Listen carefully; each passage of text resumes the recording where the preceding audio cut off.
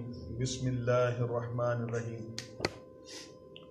قال اللہ تبارک و تعالی فی شان حبیبہ مخبرا و عامرا ان اللہ و ملائکتہ یصلون علی النبی یا ایہا الذین آمنوا صلوا علیہ وسلموا تسلیما۔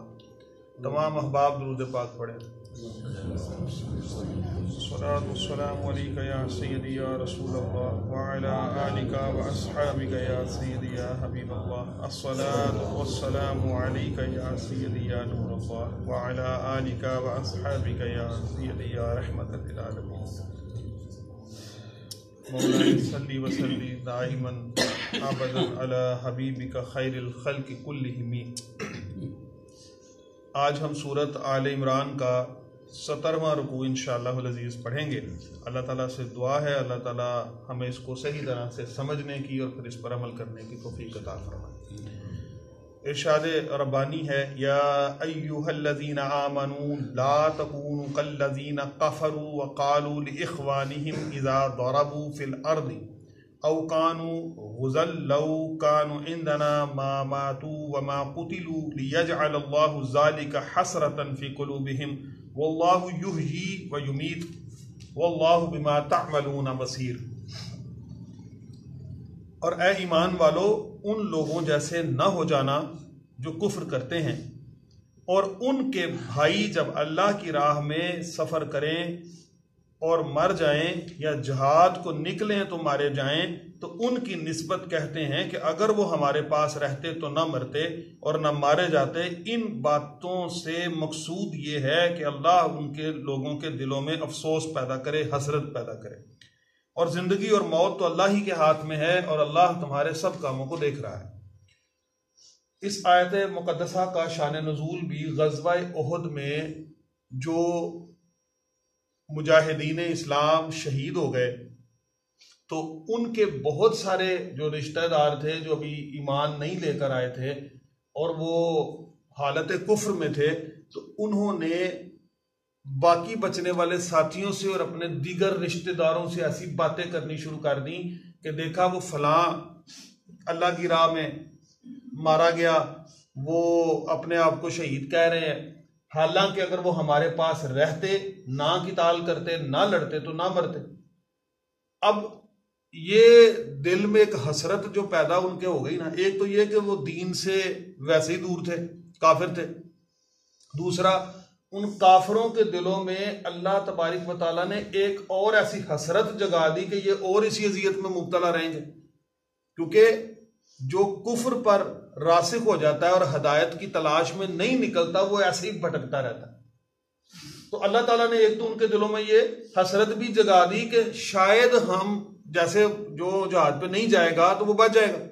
پھر اللہ تعالیٰ نے ارشاد فرمایا واللہ یحیی و یمیت، حالانکہ اللہ ہی زندگی بھی دیتا ہے اور وہی موت بھی دیتا ہے۔ اب اس سے بہت ساری ہمارے جو عقائد ہیں وہ درست کرنے کی ضرورت ہے۔ میں نے اس کی تفسیر میں بڑی تفصیل سے پڑھا ہے کہ کسی بھی موقع پر، یہ تو ایک بالخصوص حکم ہے، بالعموم کسی بھی جگہ پر ہمیں یہ نہیں کہنا چاہیے کہ اچھا اگر ایسے ہوتا تو ایسے ہو جاتا۔ جیسے انسان کا چھوٹا موٹا کوئی نقصان ہو جاتا ہے تو وہ یہ کہتا ہے اچھا اگر ہم یہ نہ کرتے نا، ادھر نہ جاتے تو ایسے نہ ہوتا، تو خدا نہ خواستہ حادثہ ہو گیا، اس رستے سے نہ جاتے تو پھر ایسے نہیں ہونا تھا۔ یہ اس طرح کی باتیں قسمت پر اعتراض سمجھی جاتی اور یہ کفار کا طریقہ ہے۔ مومن مسلمان جو ہو جاتا ہے اس کو اللہ کی طرف سے بہتر جانتا ہے، ناشکری اس پہ نہیں کرتا۔ تو یہ جو سوچ ہے نا، یہ سوچ درست نہیں۔ نبی پاک صلی اللہ علیہ وسلم نے اس بات سے منع فرمایا ہے کہ آپ جب کوئی واقعہ وقوع پذیر ہو جائے تو اس پر پھر اس طرح پچھتاتے ہوئے یہ نہ کہو کہ ایسا اگر ہم یوں کر لیتے تو ایسے ہو جانا تھا۔ آپ کیسے کر لیتے جب تقدیر غالب تھی؟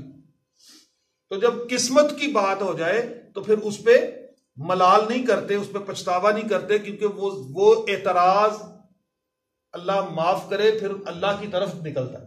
وہ اعتراض قسمت کی طرف سے ہوتا پھر ہم اپنے رب سے کر رہے ہوتے ہیں، شکوہ کر رہے ہوتے ہیں، یا اپنی عقل کو زیادہ تسلیم کر رہے ہوتے ہیں کہ اگر ہم اس طرح سے کر لیتے تو ایسے ہو جانا۔ تو یہ منع فرمایا، اور فرمایا کہ بے شک اللہ تمہارے سب کاموں کو دیکھ رہا ہے، جو تم کر رہے ہو، جو کہہ رہے ہو، جو سن رہے ہو، یہ سارا اللہ کے علم میں ہے۔ اللہ تبارک و تعالیٰ سے کوئی چیز بھی یہ چھپی ہوئی نہیں ہے۔ یعنی یہاں بھی یہی بات ہے کہ اپنی یہ جو باتیں تم خفیہ طور پر بھی کرتے ہو، یا دلوں میں بھی جو تم اعتراض لے کر آتے ہو، اللہ ان کو بھی جان رہا ہوتا ہے، ان پر بھی قابو رکھو۔ اگر کوئی یہاں ایک نازک سی بات آپ کو بتا دوں، اگر دل میں خدا نہ خواستہ کوئی ایسی بات ہو جائے، دل کے اندر آ جائے، کوئی ملال آ جائے، دل کے اندر کوئی غلط بات آ جائے، اس کو زبان سے ادا مت کریں، اس کو اندر ہی اندر رد کرنے کی کوشش کریں، اس کو کسی سے کہیں مت۔ میرے پاس 2-3 دن پہلے ایک شخص آیا اور آ کے کہنے لگا مجھے ایسے ایسے وسوسے آتے ہیں، ایسے وسوسے آتے ہیں، بعض دفعہ میرے دل میں یہ خیال آتا ہے کہ یہ نعوذ باللہ نماز ہے ہی غلط ہے، پڑھنی نہیں چاہیے، ہم ہی ہمارے اوپر مسلط کر دی۔ ٹھیک ہے، مطلب وہ کہتا ہے میں پریشان ہوں، مطلب غلط مان رہا ہے، وہ کہتا ہے غلط ہے یہ۔ میں نے سب سے پہلے اسے یہ کہا، میں نے کہا یار بات یہ ہے کہ وسوسے جو ہے نا، اس کا تو بہترین علاج قرآن میں اللہ نے بتایا ہے۔ وسوسے ہیں، بیماری ہے تو علاج آیا نا، اور وہ یہی ہے کہ آپ آخری 2 سورتوں کی تلاوت کیا کرو، سورۃ فلق اور سورۃ ناس، اسی کے لیے اللہ تبارک و تعالیٰ نے نازل کی، وسوسوں کے لیے بھی اور جادو وغیرہ کے لیے بھی۔ دوسرا یہ آئندہ کبھی اس سوچ کا کسی سے تذکرہ بھی نہیں کرنا، اپنے دل کو مطمئن رکھو، کلمہ شریف کا ورد کیا کرو، درود پاک کا ورد کیا کرو، اور یہ 2 سورتیں پڑھا کرو، اور کسی سے ذکر نہیں کرنا۔ یعنی وہ جو تمہارے دل میں کفریہ خیال آ رہا ہے یا کسی صورت میں آتا ہے، اس کو زبان سے ادا مت کرو، اسے اپنے لفظوں کا لباس مت پہناؤ، اسے دل میں وہیں اس کو ختم کرو، اس کو رد کرو، کیونکہ وسوسے شیطان کی طرف سے آتے ہیں۔ اور اس کا بہترین حل یہی ہے کہ آپ کلمہ طیبہ کا ورد کریں اور لا حول ولا قوت الا باللہ العلی العظیم پڑھ کے پھونک دیں، تو شیطان دفع ہو جائے گا، کیونکہ وہی دلوں میں یہ نمازوں میں خیال وہی لے کے آتا ہے، وہی بھٹکانے کی کوشش کرتا ہے۔ اور کب کرتا ہے آپ یقین کریں، اس وقت مجھے ذاتی طور پہ میں آپ کو بتاؤں، مجھے تو بڑی خوشی ہوتی ہے جب شیطان بہکانے کی کوشش کرے، تو آپ سمجھ جائیے نشانی ہے اس بات کی کہ آپ اللہ کی بڑی رحمتیں سمیٹ رہے ہیں، اس کو بڑی تکلیف ہو رہی ہے، یہ آ کے نا تو ہمیں وہاں سے ہٹانا چاہ رہا ہے۔ برا کام کرتے ہو تو پھر تو وہ خیال ہی کسی اور طرف نہیں جانے دیتا، وہ کہتا ہے سارے ٹھیک ہے لگے ہوئے ہیں، یہی تو میرا مشن ہے، یہی مقصد ہے۔ آپ نماز پڑھ رہے ہیں، قرآن پڑھ رہے ہیں، قرآن سن رہے ہیں، کوئی نیک کام کر رہے ہیں، تو وہ آ جائے گا، وہ مردود آ کے تو گمراہ کرنے کی کوشش کرے گا۔ اس کا مطلب یہی ہے کہ ہماری یہ عبادت قبول ہو رہی ہے جو اس کو بڑی تکلیف ہو رہی ہے، ہم پر اللہ کا بڑا خاص کرم ہو رہا ہے جو اس سے ہضم نہیں ہو رہا۔ تو پھر اس وقت اس کو رد کر کے تو اللہ کے اس نیک کام جو اللہ کی خاطر آپ کر رہے ہیں اس کو زور و شور سے کریں اور خشوع و خضوع سے کریں۔ وَلَئِن قُتِلْتُمْ فِي سَبِيلِ اللَّهِ أَوْ مُتْتُمْ لَمَغْفِرَةٌ مِّنَ اللَّهِ وَرَحْمَةٌ خَيْرٌ مِّمَّا يَجْمَعُونَ۔ اور اگر تم اللہ کے راستے میں مارے جاؤ یا مر جاؤ تو جو مال و متاع لوگ جمع کرتے ہیں اس سے اللہ کی بخشش اور رحمت کہیں بہتر ہے۔ ایک طرف تو یہ مال لے لیا چپ کر کے، مال ہی چلتا ہے نا جی ہر طرف، حق بات نہیں کرنی مال لے لو۔ یہاں صحیح بات کرانے کے لیے بھی پیسے دینے پڑتے ہیں اور صحیح بات سے روکنے کی خاطر بھی پیسے دینے پڑتے ہیں۔ لفافہ پہنچ جاتا ہے تو پورا کیس نکل آتا ہے، لفافہ نہیں پہنچتا ٹھیک ہے تو وہ بار بار نئے نئے طریقے سے اکساتے ہیں، لفافہ ہی پہنچتا ہے تو کیس بند ہو جاتا ہے۔ یہ جو مال لوگ جمع کر رہے ہیں اس سے کہیں بہتر ہے کہ تم اللہ کی رحمتوں میں رہو۔ اور جب کوئی اللہ کی راہ میں مارا جائے، جیسے سورہ بقرہ میں بھی اللہ تعالیٰ نے ارشاد فرمایا کہ وَلَا تَقُولُوا لِمَن يُقْتَلُ فِي سَبِيلِ اللَّهِ أَمْوَاتٌ بَلْ أَحْيَاءٌ وَلَٰكِن لَّا تَشْعُرُونَ۔ جو اللہ کی راہ میں مارے جائیں انہیں مردہ مت کہو، وہ زندہ ہے، تمہیں اس کا شعور نہیں ہے، تمہیں کیا پتا وہ کتنی راحتوں میں ہے، تمہیں کیا پتا وہ کتنے اللہ کے انعامات میں ہیں، تم اندازہ ہی نہیں کر سکتے اس چیز کا کہ اللہ نے ان پر کتنا خاص کرم کر دیا۔ تو ایک طرف تو وہ لوگ جو شہید ہو گئے اللہ کی راہ میں مارے گئے، اور دوسرے وہ جو مال لے کے پیچھے رہ گئے یا مال کی حسرت میں پیچھے رہ گئے یا مال کی لالچ میں کہ ہم اگر مر گئے تو اتنا جو دولت کمائی ہے یا جو آئندہ کمانی ہے وہ کیسے کمائیں گے، اس سوچ کی وجہ سے جو پیچھے رہ گئے، اس سے یہ کئی ہزار درجے بہتر وہ ہیں جو اللہ کی رحمتوں میں آ گئے۔ اللہ تبارک و تعالیٰ نے ان کو بڑے منصب پر فائز کر دیا۔ وَلَئِن مُتُّمْ أَوْ قُتِلْتُمْ إِلَى اللَّهِ تُحْشَرُونَ۔ اور اگر تم مر جاؤ یا مارے جاؤ اللہ کے حضور میں ضرور اکٹھے کیے جاؤ گے۔ اب دیکھیں کہ جو تو جہاد پہ نکلے اس کو تو شہادت کا خطرہ ہے، تو آپ کا کیا خیال ہے جو بازار میں نکلے اس کو شہادت کا، اس کو موت کا خطرہ نہیں ہے؟ جو بیمار ہو کے اسپتال میں چلے جائے اسے نہیں ہے.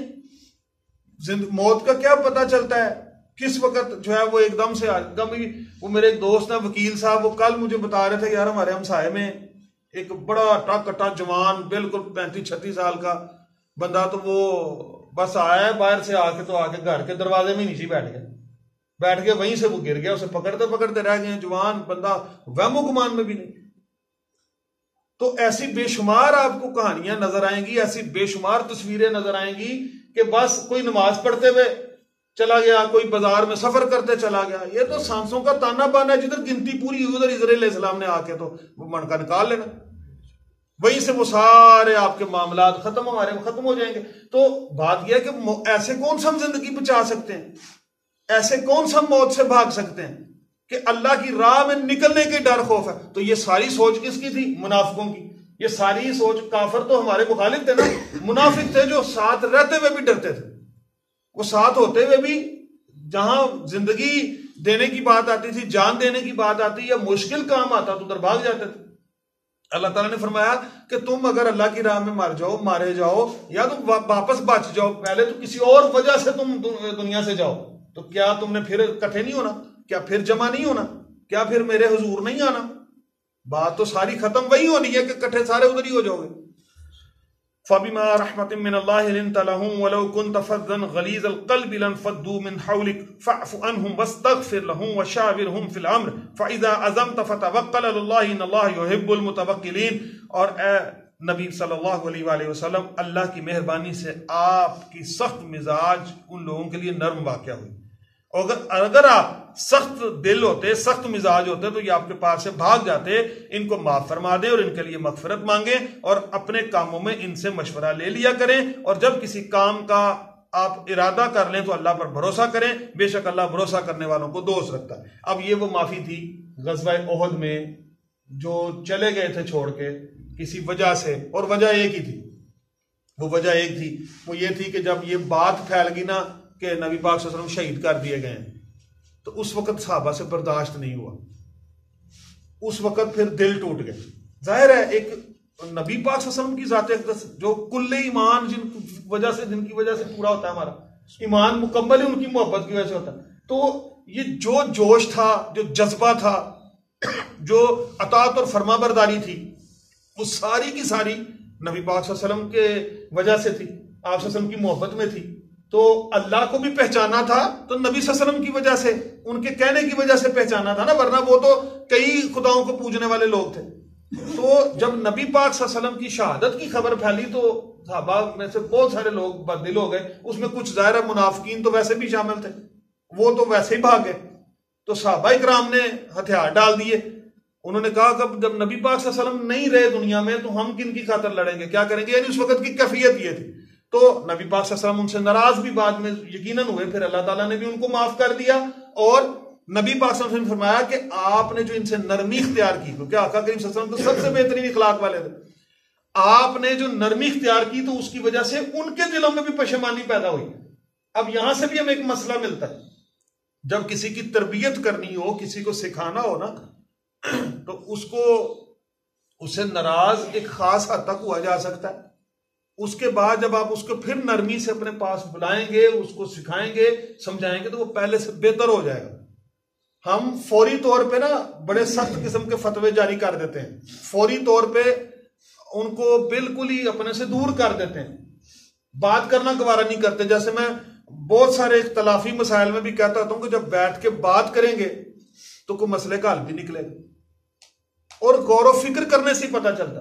ایک دوست ہے، اس نے مجھے کچھ دن پہلے ایک حدیث پاک بھیجی اور اس نے کہا کہ یہ آقا کریم صلی اللہ علیہ وسلم کی حدیث پاک ہے، میں نے سر پڑھی ہے کہ مسجدوں میں نا اونٹ کی طرح مت بیٹھو.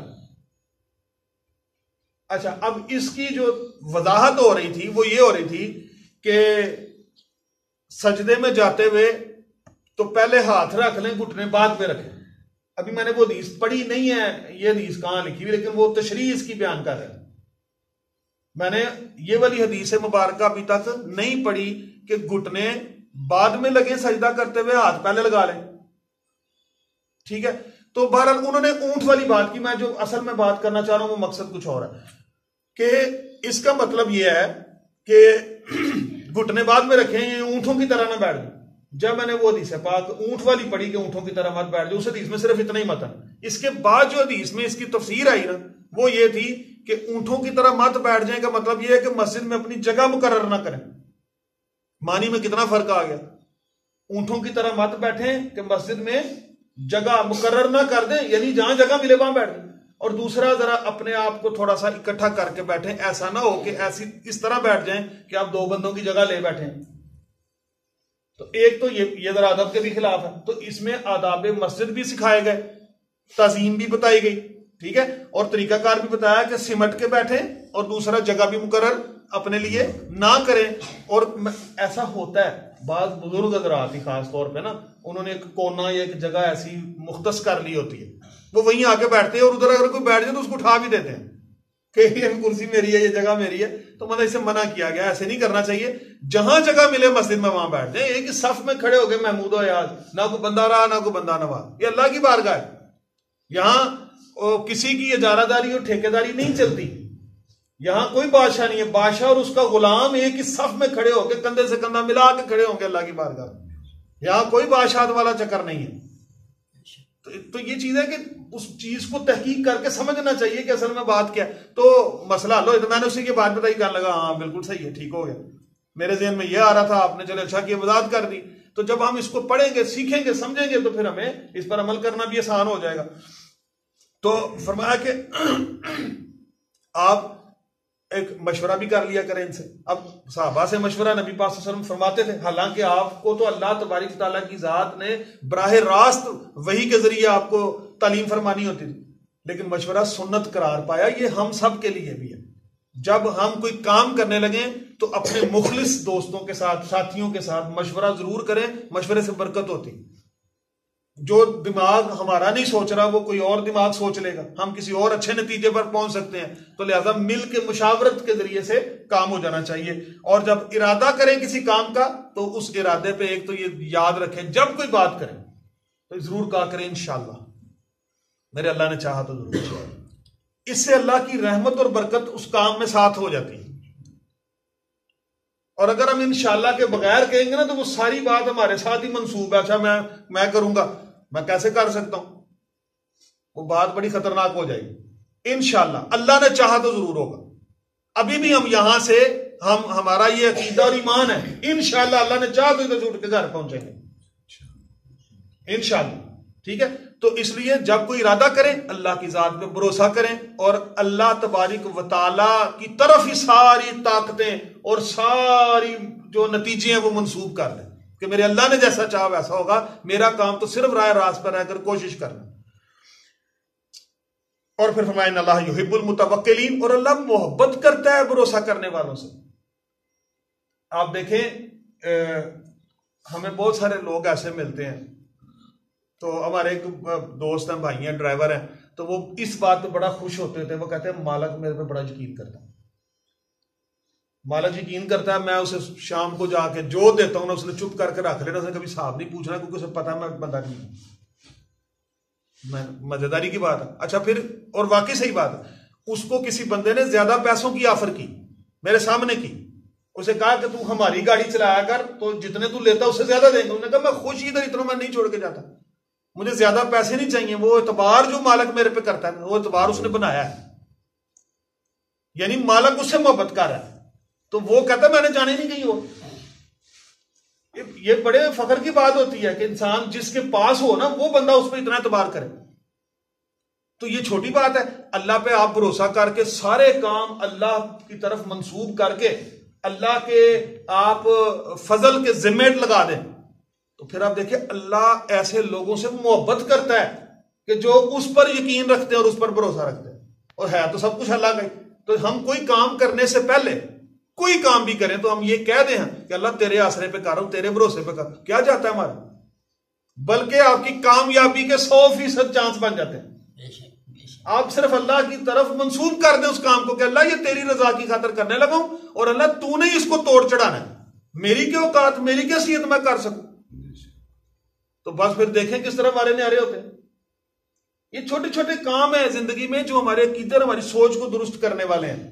اور اگر ہم اس طریقے سے قرآن پاک کو پڑھ کے ان کی آیتوں کو سمجھیں تو کتنی ساری ہماری اصلاح ہو جاتی.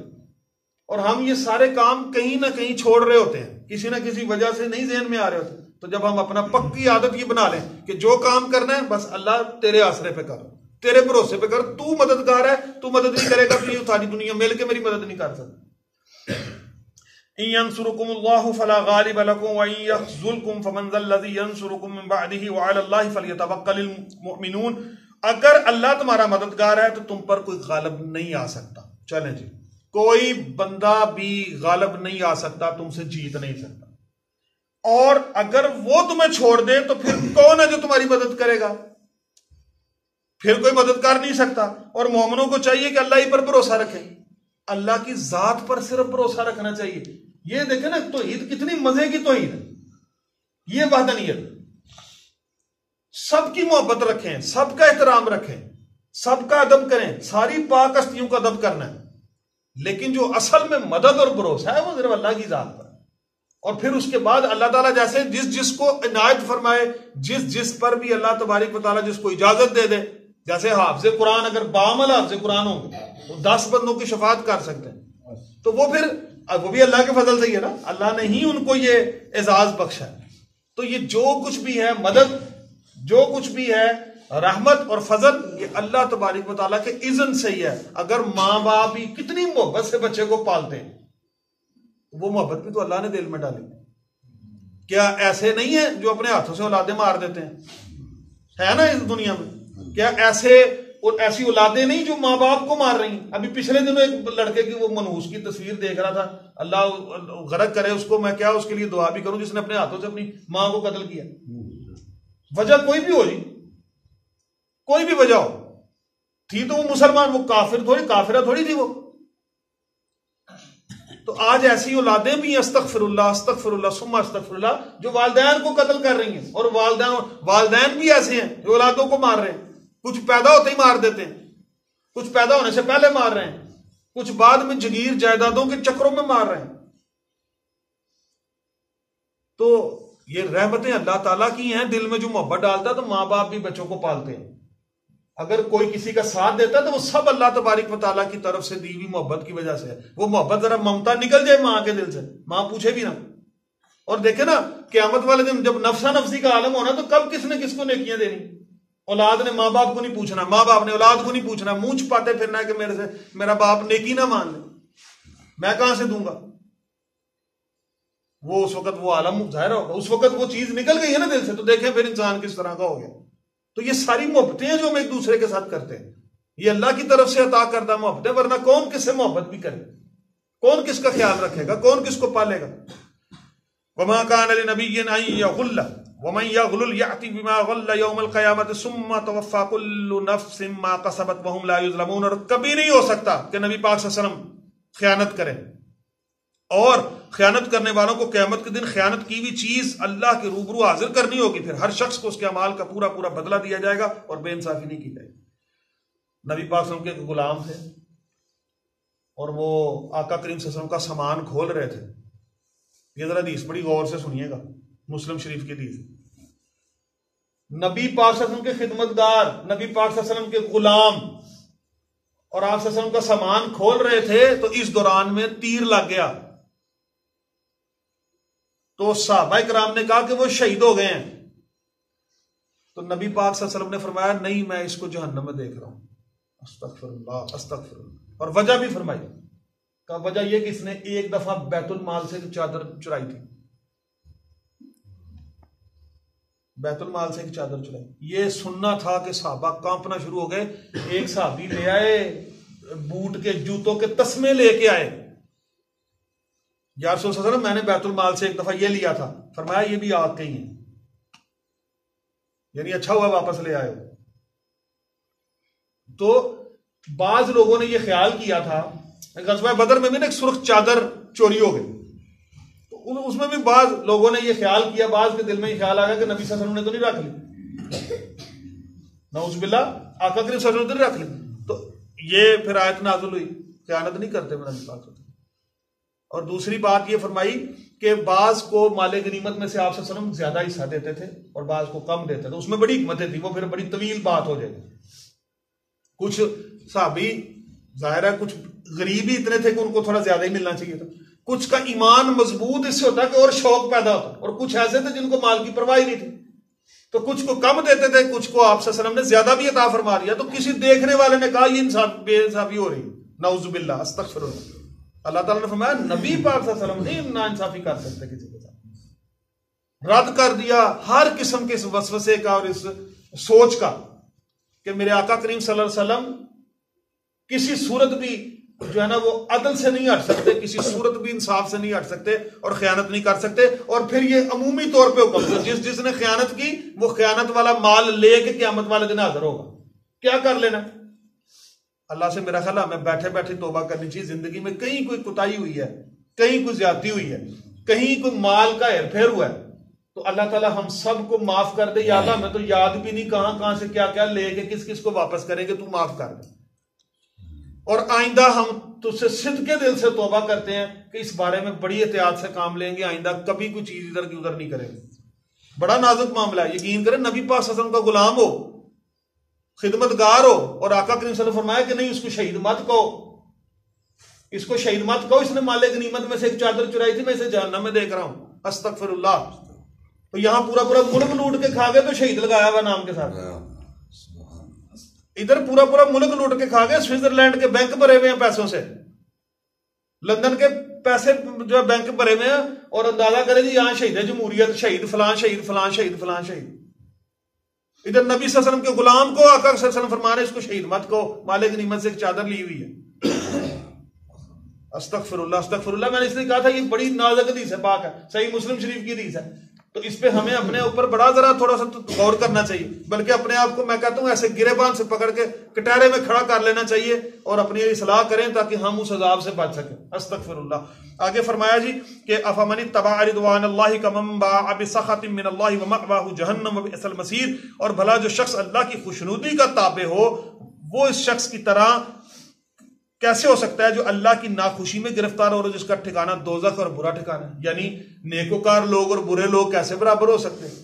ایک بندہ جس نے بڑے محتاط طریقے سے زندگی بسر کی، ہر بات میں وہ ڈرا، ہر بات اس نے شریعت کے مطابق کرنے کی کوشش کی، اپنی زندگی کو اس نے دین اسلام کی طرف راغب کیا، وہ بندہ. اور ایک وہ بندہ جس نے نہ نماز پڑھنی نہ روزے رکھنے، اور جب بات ہونی تو دین کا مذاق اڑا دینا، جب بات ہونی بات کر دینی.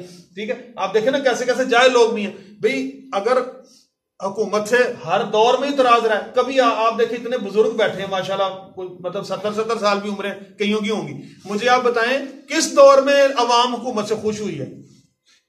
تھوڑی دیر بعد ہر ایک کے بارے میں یہی نعرہ لگتا رہا کہ جائے چلا جائے جان چھوٹ جائے. ایسا ہی ہے جی، مخالفت اپنی جگہ پر، تنقید اپنی جگہ پر. ٹھیک ہے، لیکن یہ تو کوئی طریقہ نہیں کہ آپ کسی وزیر اعظم کا یا کسی منتخب حکمران کا آپ جو ہے وہ کھڑے ہو کے اس پہ وہ تابوت میں فوٹو رکھ کے تو اس کا جنازہ پڑھا رہے ہیں. مذاق ہے نا دین کا. جنازہ کوئی عام چیز ہے، عام بات ہے. آپ نے تنقید کرنی ہے ویسے کریں. 100 طرح سے مخالفتوں کے طریقے اور ہو رہے ہیں، لیکن شاعر اسلام کا مذاق تو نہ اڑا. اتنی مجھے تکلیف ہوئی، میں نے وہ ایک ویڈیو دیکھی کہ جی وہ رکھ کے تصویر اس میں تابوت کے اندر، تو بعد میں باقاعدہ صفے باندھ کے امام کھڑا کر کے تکبیروں کے ساتھ نماز جنازہ پڑھ رہے ہیں. یہ تو کوئی مخالفت کا اور تنقید کا طریقہ کار نہیں ہے. تو بات یہ یعنی کہنے کا مطلب ہے اتنا بھی انسان نہ ڈر ہو گیا اور ہنس سارے ہی رہے ہیں. اگر تم اتنے پریشان ہو، اتنے تکلیف میں ہو تو تمہیں تو رونا چاہیے. کہہ کے لگا کے ہنس بھی رہے ہو، صفحے بنا کے جنازہ بھی پڑھ رہے ہو، بعد میں مجموعی طور پہ دعا بھی کر رہے ہو، اور پھر آ کے کیمرے مار مار کے یہ دیکھ لیں جی دیکھ لیں، اور دنیا ہنستی جا رہی ہے. یہ مجھے یہ بتائیں دنیا کیا سوچے گی اسلام کے بارے میں اس طرح کی چیزیں دیکھ کے کہ مسلمان یہ ڈرامے بازیاں بھی کرتے ہیں، مسلمان خود اپنے دین کا مذاق بھی اڑاتے ہیں. یہ کون سا طریقہ ہو گیا تنقید کا، مخالفت کا؟ یہ کون سا ڈھنگ ہے؟ اللہ سے توبہ کرنی چاہیے. تو وہ لوگ جو متقی پرہیزگار ہیں، ہر بات میں پھونک پھونک کے قدم رکھنے والے، اور بعض لوگ وہ جن کو پرواہ نہیں ہم کیا کر رہے ہیں، سارا دن رات پتہ ہی کوئی نہیں، یہ برابر کیسے ہو سکتے ہیں؟ یہ آپس میں برابر نہیں ہو سکتے. اللہ تعالیٰ فرماتا ہے جو اللہ کی رحمتوں میں ہوں اور جو برے ٹھکانوں میں ہوں وہ آپس میں برابر کیسے ہو سکتے ہیں؟ لقد من اللہ علی المؤمنین اذ بعث فیہم رسولا منہم انفسہم یتلو علیہم آیاتہ ویزکیہم ویعلمہم الکتاب والحکمہ وان کانوا من قبل لفی ضلال مبین. اور جب یہ ساری باتیں کر کے اللہ تبارک و تعالیٰ نے اور پھر یہ بتایا کہ ایک طرف اچھے ٹھکانے والے ایک طرف برے ٹھکانے والے برابر تو نہیں، اور پھر بتایا سب کو کہ تمہارے لیے بہترین نمونہ نبی پاک صلی اللہ علیہ وسلم کی ذات اقدس. اور دیکھیں فرمایا کہ اللہ نے مومنوں پر کتنا بڑا احسان کیا، اللہ نے کتنا بڑا احسان کیا کہ ان میں انہی میں سے ایک پیغمبر بھیجے اور ان کو اللہ کی آیتیں پڑھ پڑھ کر سناتے ہیں، ان کو پاک کرتے ہیں اور کتاب اور دانائی کی باتیں سکھاتے ہیں. اور پہلے یہ لوگ کھلی گمراہی میں تھے. یہی مضمون سورۃ جمعہ میں بھی آیا. سورۃ جمعہ میں هو الذی بعث فی الامیین رسولا منہم یتلو علیہم آیاتہ ویزکیہم ویعلمہم الکتاب والحکمہ وان کانوا من قبل لفی ضلال مبین وآخرین منہم لما یلحقوا بہم. اور اس کے بعد یہ بھی آیا کہ اور جو بعد میں بھی ملنے والے ہیں ان سے، ان کو بھی پاک کرتے ہیں نبی پاک صلی اللہ علیہ وسلم. آپ میں وہ نبی بھیجے کہ جو پاک کرتے ہیں، اللہ کی آیتیں اور حکمتیں پڑھ پڑھ کر آپ کو سناتے ہیں، اور اس سے پہلے تم کھلی گمراہی میں تھے. تو کیوں یہ ساری گمراہیاں مول لیتے ہو؟ کیوں نبی پاک صلی اللہ علیہ وسلم کے غلام نہیں بن جاتے؟ کیوں نبی پاک صلی اللہ علیہ وسلم کی سیرت طیبہ سے، سیرت مطہرہ سے تم اسوہ حسنہ صلی اللہ علیہ وسلم سے سیکھ کے اپنی زندگیوں کو بہتر نہیں کرتے؟ اس سے پہلے تو تم کھلی گمراہی میں تھے. اولما اصابتکم مصیبۃ قد اصبتم مثلیھا قلتم ان ھذا قل ھو من عند انفسکم ان اللہ علی کل شیء قدیر. اور فرمایا کہ جب احد کے دن کفار کے ہاتھ سے تم پر کوئی مصیبت واقع ہوئی، اس سے دو چند مصیبت تمہارے ہاتھ ان پر پڑ چکی ہے، تو تم چلا اٹھے کہ ہائے آفت ہم پر کہاں سے آ پڑی. کہہ دو کہ یہ تمہارے اعمال کی شامت ہے، کہ بے شک اللہ ہر چیز پر قادر ہے. فرمایا کہ جب احد میں 70 کے قریب صحابہ شہید ہوئے تو اس وقت کہہ تو یہ رہے تھے کہ جی یہ مصیبت ہم سے کہاں پڑ گئی آگے. اللہ تعالیٰ نے فرمایا کہ ہاں وہ سوچ کیا تھی کہ دیکھیں ہم اسلام کے لشکر میں لڑ رہے ہیں، کفار کے ساتھ لڑ رہے ہیں، جہاد کر رہے ہیں، پھر بھی ہماری شامت کیسے آ گئی؟ فرمایا آئی اس لیے آئی کہ نبی پاک صلی اللہ علیہ وسلم کی تم نے فرما برداری نہیں کی، اور یہ تمہاری اعمال کا نتیجہ تھی. یہ اس لیے آ گئی کیونکہ آپ لوگوں نے کوتاہی کی ہے. اس لیے آئی ہے کہ آپ نے ہی نبی پاک صلی اللہ علیہ وسلم کے اس فرمان پر عمل نہیں کیا، تو عبرت کے طور پر، سبق سکھانے کے طور پر اللہ تبارک و تعالیٰ نے پھر یہ سب کچھ تمہارے لیے مقرر فرما دیا، ورنہ ایسا نہیں ہوتا. تو اب ہمارے لیے کیا ہے؟ جب کوئی مصیبت آ جائے، جب کوئی مشکل وقت آ جائے، تو پھر وہی بات، قسمت کو برا بھلا مت کہیں، اپنے اعمال پہ غور کریں ہم نے کہاں غلط کام کیا. کبھی کبھی انسان غلط کام کرتا کرتا نہیں کہیں پکڑا جاتا اور کسی اور جگہ پہ پکڑ میں آ جاتا ہے. ہمیں اپنے اعمال پر غور کرنا چاہیے. جب کوئی مشکل وقت آ جائے تو پھر کیا کریں؟ پھر غور کریں اپنی ذات کے اوپر، پھر غور کریں اس بات کے اوپر کہ ہم نے کون سی ایسی غلطی کر لی ہے جس کی وجہ سے ہم اس چکر میں پھنس گئے. تو جب اللہ سے دعا کریں گے، توبہ کریں گے، تو اللہ تعالیٰ اس مشکل سے نکال بھی دے گا. اس مشکل سے اللہ تبارک و تعالیٰ کی ذات جو ہے ہمیں بری بھی فرما دے گی. اللہ تعالیٰ سے دعا ہے اللہ تعالیٰ ہمیں ایمان کی سلامتی عطا فرمائے اور دین کو صحیح طرح سے سمجھ کر اس پر عمل کرنے کی توفیق عطا فرمائے. وآخر دعوانا الحمدللہ رب العالمین. اللهم صل على سيدنا مولانا محمد بعدد كل ذرة مئة ألف مرة وبارك وسلم وصل عليه. ربنا ظلمنا أنفسنا وإن لم تغفر لنا وترحمنا لنكونن من الخاسرين. الہ العالمین یا احکم الحاکمین یا ارحم الراحمین، تیری دی ہوئی توفیق سے ہم یا اللہ مسجد میں آئے، نماز فجر ادا کی. پروردگار ہم نے قرآن کے ایک رکوع میں سے کچھ حصہ پڑھنے کی سعادت حاصل کی. پروردگار ہمارا یہاں آنا، نماز پڑھنا، قرآن پڑھنا اپنی بارگاہ مقدس میں قبول و منظور کرنا. الہ العالمین یا احکم الحاکمین یا ارحم الراحمین، ہم سے جو نماز پڑھنے میں کوتاہیاں ہو جاتی ہیں، جو غلطیاں ہو جاتی ہیں، پروردگار ہم ارادتاً نہیں کرتے، یا اللہ تو ہمیں معاف فرما. ہمیں نماز کو صحیح طرح سے سیکھ کر پڑھنے کی توفیق عطا فرما. یا اللہ ہمیں اس نماز تک پہنچا دے جیسی نبی پاک صلی اللہ علیہ وآلہ وسلم نے ہمیں حکم فرمایا ہے. اے پروردگار ہمارے اندر سے دین کے معاملے میں جتنی کوتاہیاں ان کو دور فرما. الہ العالمین ہمیں سچے دل سے، سچے دل سے ایمان کی مضبوطی عطا فرما. الہ العالمین اس محفل پاک کا صدقہ ہے آقا کریم صلی اللہ علیہ وآلہ وسلم کے طفیل، آپ کی تمام نیک پاک نسبتوں کے طفیل، پروردگار اس کا ثواب ہم میں سے جتنوں کے عزیز و اقربا اس دار فانی سے جا چکے ہیں یا اللہ ان کی روحوں کو پیش کرتے ہیں قبول فرما، یا اللہ اس کا ثواب میرے ابو جان کو بھی عطا فرما، اور جتنے عزیز و اقربا یا اللہ دنیا سے جا چکے ان کی روحوں کو بھی ارسال کرتے ہیں قبول فرما، سب کے ساتھ یا اللہ درگزر کا معاملہ فرما، سب کے ساتھ خیر کا معاملہ فرما، سب کو جنت الفردوس میں یا اللہ مقام عطا فرما، یا اللہ اس درس میں بیٹھے ہوئے جتنے بھی یا اللہ حاضرین ہیں پروردگار، اور جو بھی یہ دعا کو سن رہے ہیں یا اللہ اس میں شامل ہو رہے ہیں الہ العالمین، ان کے جتنے عزیز و اقربا دار فانی سے جا چکے سب کی کامل ترین حتمی بخشش و مغفرت فرما، یا اللہ پروردگار جو بھی بیمار ہیں، گھروں میں ہیں، ہسپتالوں میں ہیں، الہ العالمین زخمی حالت میں ہیں، یا اللہ ان سب کو شفائے کلی عطا فرما،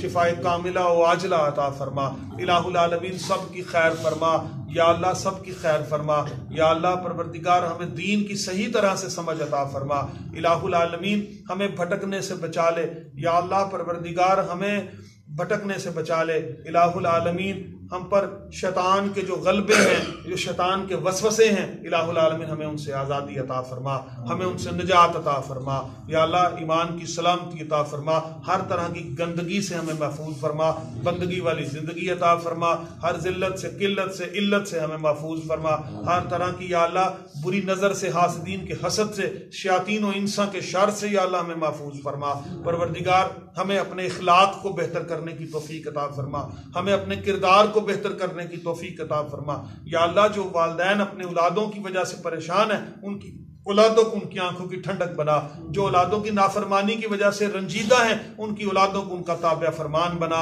یا اللہ پروردگار جو بے اولاد ہیں ان کو اولاد نرینہ عطا فرما، جو بیٹیوں کے رشتوں کی وجہ سے پریشان ہیں ان کے لیے بہترین اسباب پیدا فرما، جو قرضوں کے بوجھ تلے دبے ہیں پروردگار قرضوں سے خلاصی عطا فرما، جو بے گناہ قید و بند کی صحبتوں میں مبتلا ہیں یا اللہ انہیں رہائی عطا فرما، جو بیمار گھروں میں ہسپتالوں میں پڑے ہیں اور تیری یا اللہ نظر رحمت کے نظر کرم کے منتظر ہیں پروردگار ان کو شفائے کاملہ و عاجلہ عطا فرما، یا اللہ جو بے روزگار ہیں ان کو روزگار عطا فرما، یا اللہ پروردگار ہمیں رزق حلال عطا فرما، اس میں برکتیں عطا فرما، یا اللہ ہم پر، ہمارے والدین پر، ہماری اولادوں پر اپنا رحم فرما، ہمارے ملک پر رحم فرما، ملک میں رہنے والوں پر رحم فرما، ملک کی حفاظت کرنے والوں پر رحم فرما، پروردگار اس مسجد کو آباد فرما، مسجد کو آباد کرنے والوں کو آباد فرما، یا اللہ پروردگار یہاں اس مسجد کے جتنے نمازی ہیں، معاونین ہیں، یا اللہ اس محلے میں، اس بستی میں جتنے لوگ رہتے ہیں سب پر اپنا کرم فرما، ہمارے شہر پر اپنا کرم فرما، ہمارے ملک پر کرم فرما، پوری مسلم امہ پر رحم فرما،